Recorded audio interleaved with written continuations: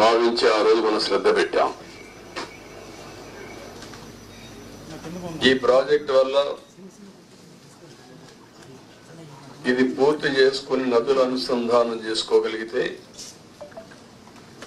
ఈ రాష్ట్రానికి కరువు అనే మాట లేకుండా చేయొచ్చనే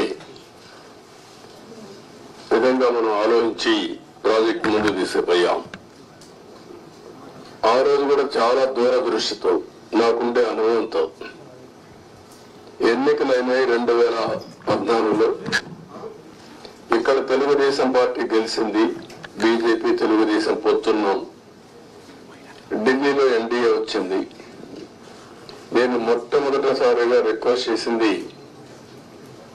ఎందుకంటే నేను విజువలైజ్ చేశాను కాబట్టి 7 మండలాలు తెలంగాణలో ఉన్నాయి కరువుకి ముంపు గురయ్యే మండలాలు. ఆ 7 మండలాలు కానీ మనకి ఇవ్వకపోతే 2 రాష్ట్రాలు జూన్ 2వ తారీఖున నోటిఫై అవుతాయి. నోటిఫై అయిన తర్వాత మళ్ళీ అసెంబ్లీ పోయి ఆ రాష్ట్రాలు ఒప్పుకుంటే తప్ప ఇది సాధ్యం కాదు. అందుకనే పట్టుబట్టి మీరు 7 మండలాలు ఇవ్వకపోతే నేను ప్రమాణ స్వీకారం కూడా చేయను, ఇంకా పోలవరం ప్రాజెక్ట్ కాదు అనే ఉద్దేశంతో నేను పట్టుబట్టి ఫస్ట్ కేబినెట్ చరిత్రలో ఎన్డీఏ 2 అసెంబ్లీలో మామూలుగా మెంబర్లంతా కూడా ఓట్ తీసుకున్న తర్వాత రెగ్యులర్ బిజినెస్ స్టార్ట్ అవుతుంది. మినిస్టర్స్ ని స్వేరింగ్ ఇన్ చేసి ఎంపీ ఓట్ తీసుకొని రెగ్యులర్ బిజినెస్ స్టార్ట్ అవుతుంది. అలాంటిది ఆర్డినెన్స్ ద్వారా ప్రెసిడెంట్ ఆఫ్ ఇండియాని కన్విన్స్ చేసి కొత్త ప్రభుత్వం వస్తున్న ఆర్డినెన్స్ ఇవ్వాల్సిన అవసరం ఉండదు. ప్రెసిడెంట్ కూడా ఒప్పుకోడు.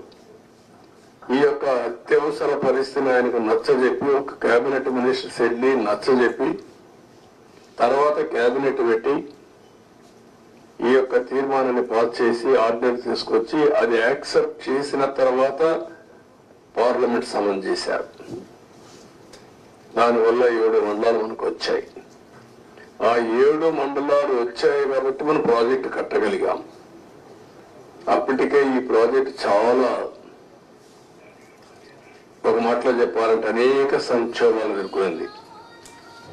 2500లో ఈ ప్రాజెక్ట్ రాజశేఖర రెడ్డి గారు ప్రారంభించడం, అప్పుడే అవకతవకలు చేయడం, కాంట్రాక్టుల్ని క్యాన్సిల్ చేయడం, అక్కడి నుంచి ప్రాజెక్టు ఆటకెక్కడం, అక్కడి నుంచి వాళ్ళందరూ కోర్టులకు వెళ్ళిపోవడం, ఇక్కడ కూడా land acquisition project central place లో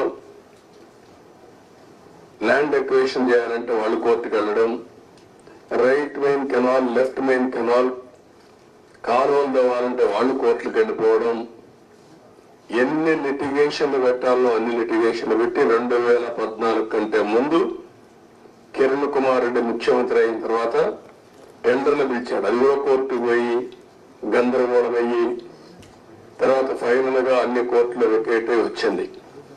ఆ సమయంలో విభజన జరిగిన సమయంలో ఇది నేషనల్ ప్రాజెక్ట్ గా విభజన చట్టంలో పెట్టారు. ఇన్ని నానా అవస్థలు పడి ప్రాజెక్టు ఇప్పుడే కాదు, ఈ ప్రాజెక్టు కన్సీవ్ చేసి చూస్తే 1940లోనే కన్సీవ్ చేశారు బ్రిటిష్ వాళ్ళు. అప్పటి నుంచి ముందుకి వెనక్కి రావడం, అప్పుడు కూడా 300 టీఎంసీ నుంచి 700 టీఎంసీ ఇంకా హైట్ కూడా పెంచి కట్టాలని చెప్పి అనుకున్నారు. కడాన మనకు వచ్చింది చూస్తే 45.72 మీటర్లు దీంట్లో కట్టినప్పుడు 194 టీఎంసీ ఆఫ్ వాటర్ స్టోర్ చేసేట్టుగా మనం దీన్ని పెట్టుకున్నాం. అంటే 194 టీఎంసీ వాటర్ పెట్టుకుంటే 320 టీఎంసీ ఆఫ్ వాటర్ వాడుకునే అవకాశం వస్తుంది. ఫ్లడ్ వాటర్ వచ్చినప్పుడు ఈ రిజర్వాయర్లు పంపించి అన్ని చేసే అవకాశం వస్తుంది.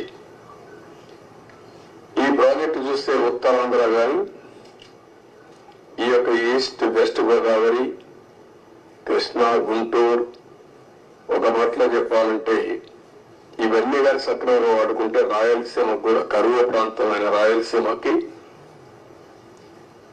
ఇక్కడ గోదావరి నీళ్లు వాడుకొని కృష్ణా వాటర్ వాళ్ళకి ఇచ్చే అవకాశం ఉంటుంది. అవసరమైతే భవిష్యత్తులో అన్ని సహకరిస్తే గోదావరి వాటర్ కూడా రాయలసీమ కూడా తీసుకునే అవకాశం వస్తుంది. ఇది 15 lakh cusecs of water discharge, highest ఇది స్పిల్వే మీద. 3 గార్జెస్ ఉంది చైనాలో, దానికంటే ఎక్కువ. అది ప్రపంచంలో ఒక పెద్ద సక్సెస్ స్టోరీ. అక్కడ కూడా ఇదే రివర్ మార్చారు, అతిపెద్ద ప్రాజెక్టు కట్టారు, మనం మాట్లాడుకుంటాం. దానికంటే ఎక్కువ వాటర్ ఈ స్పిల్ వే మీద డిశ్చార్జ్ అవుతుంది. గేట్స్ కూడా చూస్తే 48 number, 16 into 21 meters size, 320 metric tons weight కూడా. ఇవి కూడా ఒక పెద్ద ఛాలెంజ్ కింద బిగ్గెస్ట్ గేట్స్ డిజైన్ చేసి మనం ముందుకు పోయాం. ఇంకొక పక్కన మీరు చూస్తే మేజర్ రివర్ ని డైవర్ట్ చేయడం, రివర్ ని డైవర్ట్ చేసి స్పిల్ వేని తీసుకొచ్చి స్పిల్ ఛానల్లో మనం వదిలిపెడుతున్నాం. ఇంకొక పక్కన 99% వాటర్ ని డిశ్చార్జ్ చేసే అవకాశం ఉంటుంది. ఇలాంటి ప్రాజెక్ట్ అయితే 2014-19కి 72% మనం పూర్తి చేశాం. అయితే నేను డీటెయిల్స్ కి ఈరోజు పోవడం లేదు, మెరిట్స్ మళ్ళీ మాట్లాడతా. కానీ బాధ అంతా ఏంటంటే ఆ డేట్స్ కూడా మీకు మళ్ళీ ఇస్తాను నేను, మీరు కూడా స్టడీ చేయాలి.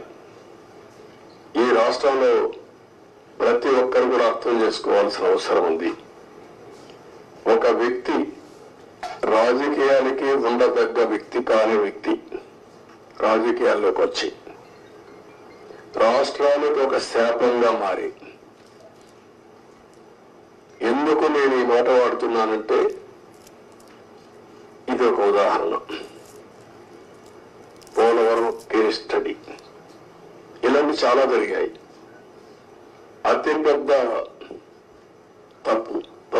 తప్పు కాదు, తప్పు కంటే కూడా ఒక శాపంగా మార్చేశారు రాష్ట్రానికి. మామూలు కాదు ఇది, క్షమించరాని నేరం కూడా. ఒక చిన్న తప్పు చేసేది అనుకుంటాం, అలాంటి పెద్ద ఇది చేసి డయాఫామ్ వాల్, ఇక్కడ ప్రెస్ లో మీరు చాలా మంది ఉంటారు. నేను దగ్గర 30 సార్లు వచ్చే 31సారి ఈ ప్రాజెక్ట్ కి. నా మనసంతా ఈ ప్రాజెక్ట్ మీద ఉంటుంది. అందరికంటే ఎక్కువ బాధపడే వ్యక్తిని నేనే.